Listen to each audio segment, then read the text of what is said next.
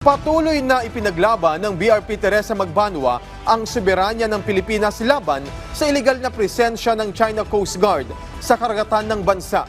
Bilang pagsunod yan sa direktiba ni Pangulong Ferdinand R. Marcos Jr., patuloy na iginiit ng BRP Magbanua ang karapatan ng Pilipinas laban sa iligal na presensya ng CCG Vessel 3301. Ang barko ng China ay namataan sa 105 hanggang 110 nautical miles ng karagatan ng Zambales o nasa exclusive economic zone ng bansa.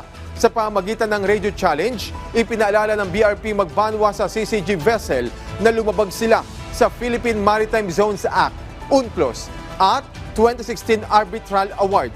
Samantala, naging maayos naman ang paglalayag ng 18 commercial vessel sa isla ng Sibutu, Sikalangkalang at Bonggao sa Tawi-Tawi dahil sa presensya ng BRP Ramon Alcatraz, katuwang ng BRP Alcatraz sa pagpapatrolya ang NH-434 Naval Helicopter.